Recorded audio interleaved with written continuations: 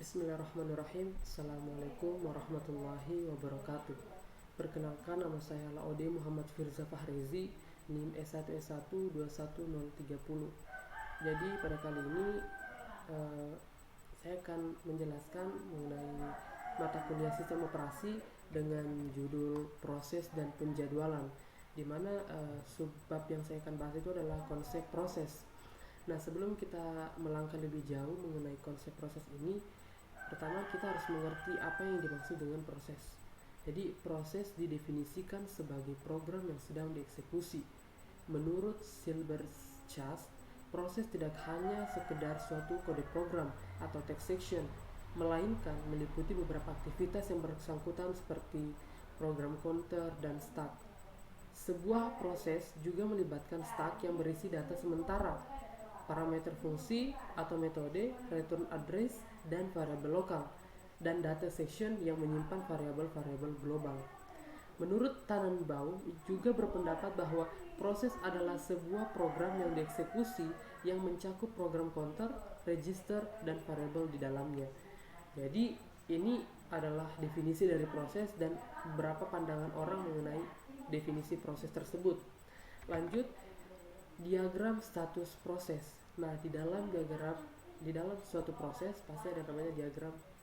Nah, di sini kita bisa melihat gambar diagram dari status proses, di mana ada baru, new, siap atau ready, tunggu atau wait, jalan atau run, dan selesai atau terminated. Nah, di dalam diagram status proses ini memiliki 3 status utama dan 2 status tambahan, di mana 3 status utama itu adalah running, waiting, dan ready. Running atau jalan, waiting atau tunggu, dan ready atau siap. Di mana running ini adalah status yang dimiliki pada saat instruksi-instruksi dari sebuah proses dieksekusi. Yang kedua, waiting. Waiting ini adalah status yang dimiliki pada saat proses menunggu sebuah event seperti di proses MK. Yang ketiga, ready. Status yang dimiliki pada saat proses siap untuk dieksekusi oleh prosesor. Itu tadi 3 status utama. Nah, kemudian 2 status tambahan dalam status proses ini, yaitu new dan ready, di mana new itu adalah status yang dimiliki pada saat proses baru saja dibuat, dan terminated atau selesai adalah status yang dimiliki pada saat proses telah selesai dieksekusi. Nah, inilah penjelasan mengenai diagram status atau proses. Lanjut, nah di dalam diagram status proses itu terdapat penjadwalan terjadi pada saat. Jadi pada saat penjadwalan suatu proses terjadi di beberapa saat saja. Yang pertama itu adalah running ke waiting time atau jalan ke tunggu. Running ke waiting time, run ke waiting time, ini jalan ke tunggu. Yang kedua itu adalah running ke ready state. Running ke ready state, dari jalan ke siap. Yang ketiga, waiting ke ready state, tunggu ke siap, waiting ke ready state.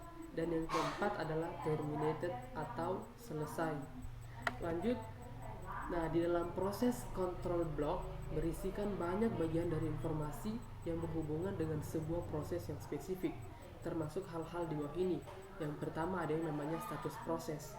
Seperti yang kita lihat tadi diagramnya, di mana itu ada status new, ready, running, waiting, halted, dan juga banyak lagi. Yang kedua ada yang namanya program counter, di mana program counter ini adalah suatu stack yang berisi alamat dari instruksi selanjutnya untuk dieksekusi untuk proses ini. Yang ketiga ada yang namanya CPU register, di mana register bervariasi dalam jumlah dan jenis tergantung pada rancangan komputer. Register tersebut termasuk akumulator, register index, stack pointer, general purpose register, ditambah kode informasi pada kondisi apapun. Beserta dengan program counter, keadaan atau status informasi harus disimpan ketika gangguan terjadi untuk memungkinkan proses tersebut berjalan atau bekerja dengan benar setelahnya. Yang keempat ada yang namanya informasi manajemen memori, di mana informasi ini dapat termasuk suatu informasi sebagai nilai dari dasar dan batas register tabel halaman, atau tabel segmen tergantung pada sistem memori yang digunakan oleh sistem operasi tersebut. Yang kelima yang namanya informasi pencatatan. Informasi ini termasuk jumlah dari CPU dan waktu real yang digunakan, batas waktu, jumlah akun, jumlah job atau proses, dan banyak lagi. Yang keenam ada namanya informasi status MK, di mana informasi ini termasuk daftar dari perangkat MK yang digunakan pada proses ini, suatu daftar berkas-berkas yang sedang diakses, dan banyak lagi. Nah, proses control block ini atau biasa disebut dengan PCB hanya berfungsi sebagai tempat penyimpanan informasi yang dapat bervariasi dari proses yang satu dengan yang lainnya. Ini merupakan penjelasan mengenai fungsi proses control block dan beberapa bagian-bagiannya.